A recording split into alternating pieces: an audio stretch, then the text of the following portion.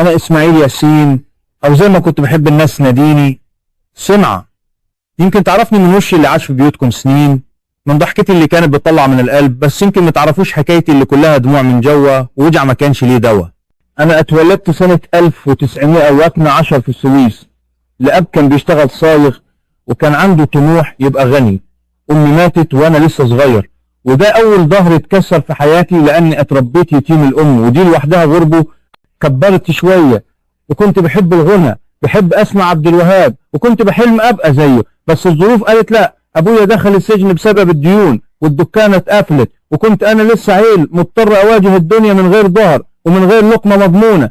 قربت على القاهرة وأنا عندي 17 سنة، ما كانش معايا غير صوتي وشوية حلم.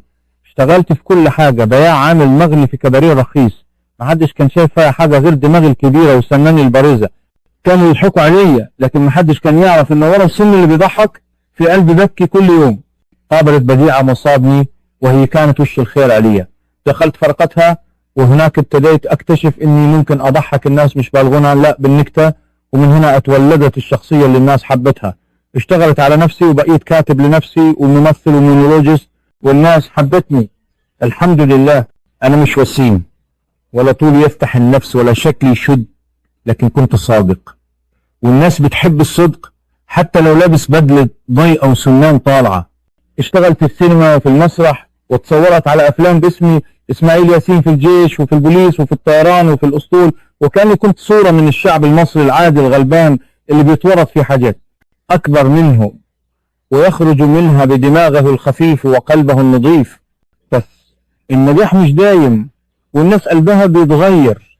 اللي كان بيطلبني يشتغل معايا بدأ يبعد، المخرجين قالوا الناس زهق، والمنتجين قالوا الأفلام ما بقتش تجيب، والدولة سابتني، وأنا كنت راجل بسيط ما عرفتش ألف وأدور، ولا أنا بتاع شل ولا نفاق. أنا ممثل بس مش سياسي.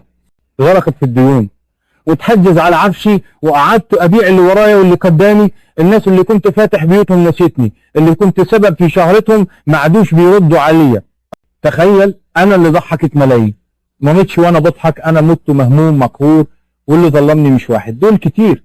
والدنيا للأسف سهل تنسى، لكن لو الزمن رجع بيا كنت هختار نفس الطريق، لأني عرفت قيمة الضحك وقد ايه الناس محتاجة تضحك حتى لو اللي بيضحكهم قلبه بينزف. أنا إسماعيل ياسين ابن السويس، الفنان الغلبان اللي عدى من الضلمة للنور ورجع تاني للضلمة. بس ما نسيتش أضحككم. كنت قاعد في أوضتي على سرير بسيط ما يشبهش حاجة من أيام مجدي، الدنيا هادية بس الهدوء كان مرعب. في حاجة جوايا بتقول إن الستارة قربت تنزل. مفيش دوش، لا تصفيق ولا استوديو ولا كاميرات، بس كان في إحساس غريب، زي لما النور يطفي بعد عرض كبير والمسرح يفضل ساكت. بصيت حواليا لقيت الحيطان بتسمعني بس، ومفيش حد جنبي غير الصور قديمة فيها وشوش راحت، ووشي اللي كان بيضحك وهو حزين. افتكرت كل حاجة فجأة، ضحكة طفل في سينما، ست بتدعي لك عشان نفست عن قلبها، واحد غلبان كان بيقول لي ضحكتني وانت بتعيط في مشهد. ساعتها حسيت اني ما كنتش فاشل حتى لو الناس نسيتني. كنت نجم، كنت بشتغل ليل ونهار، وفي لحظة بقى اسمي ما يتكتبش حتى في شريط النهاية، بس انا ما زلت سمعة اللي بيحب الناس حتى لو الناس نسيت تحبه.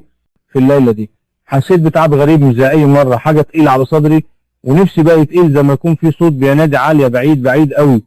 ضحكت وانا لوحدي، قلت لنفسي يا اسماعيل خلاص العرض ده كان اطول مونولوج في حياتك والنهارده واصل لنهايته.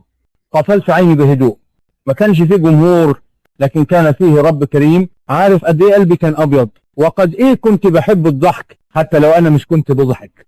رحلت بس مش هموت ابدا في قلوب اللي ضحكتهم بصبر.